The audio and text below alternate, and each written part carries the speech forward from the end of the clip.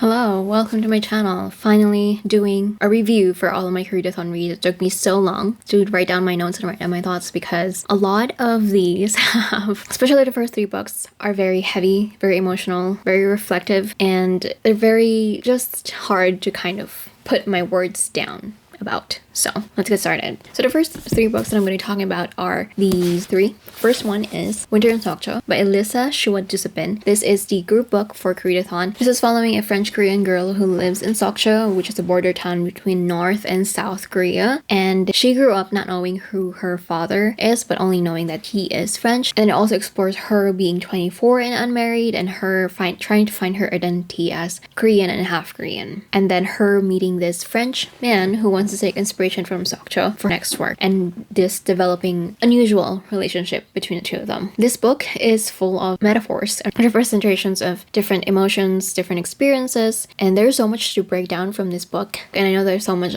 discussion and reflections that I by myself cannot fully explore. I don't know. I'm still reading reviews for this one and still uncovering a lot of things from here and learning more about these things. And there's a lot to explore. There's a lot to take from this. Very reflective. A lot of representations that I know I cannot discuss. So that's Winter in Seokcho. And then we have Human X by Han Kang. This book is set during the Gwangju uprising in the 1980s, and it follows different characters that are connected in some way to Dong-ho, which is a boy who died during this uprising. It spans from years during this time in the 1980s to 2013. Right off the bat, this book was very hard to read. A boy is trying to find his friend and is helping some of the other students who are taking care of the different bodies of their friends, their acquaintances who were part of this uprising, and seeing the family identify them. And it moves forward years, and we see how those who survived these events, who were sent to prison, were tortured, and those with loved ones, children, mentee students who were killed still live with the effects of it. It's very raw, very brutal, but it is very necessary, because a lot of the times with history, when what we learn about history is about facts, is about numbers, dates, important pivotal events during that time. Sometimes we don't see really what are the personal, individual accounts of these experiences, of these pivotal moments in history. The humans that are part of, this really massive movement in history. So to me, this is a very necessary, difficult to read, but very necessary. Then we have Shock a Smile by Chae-Young.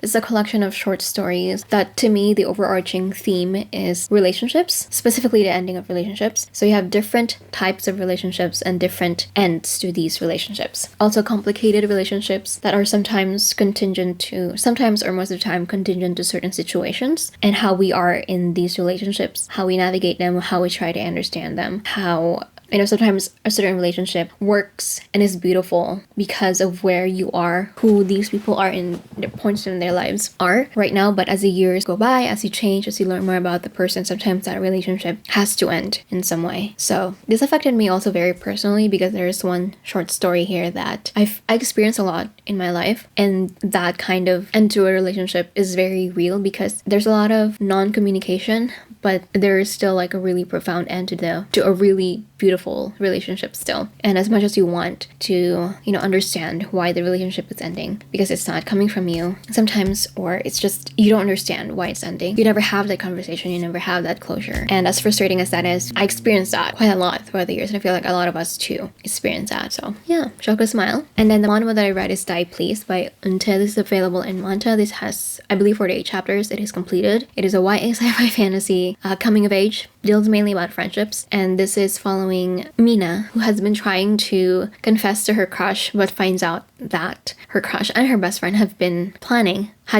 trying to kill her. And it's fun and light, although I wanted more of the characters, especially with how the characters came to the conclusion or the idea that killing Mina is for their benefit, and also because we didn't really talk much about one of the 4 main characters. So I wanted a little bit more of him, and yeah, just more of each of the people in these relationships. But I still really love the friendship that was here. And then Red Palace by Junhar. This was my most enjoyable read. Like I said, these 3 books are very emotional, and I appreciate them, and I really like them, and these are necessary reads but The Red Palace is the one that I enjoyed reading the most because of the atmosphere. It was so good. We are following a palace nurse who gets embroiled in this murder investigation as well as court politics, and it is tense, it is atmospheric. I loved our main character. She is smart and she's aware of her status and how her life could end either way. Either she could live a really happy, prosperous life, or her life could easily be ended, you know, because she is in the palace and there's a lot of rules, there's a lot of walking around eggshells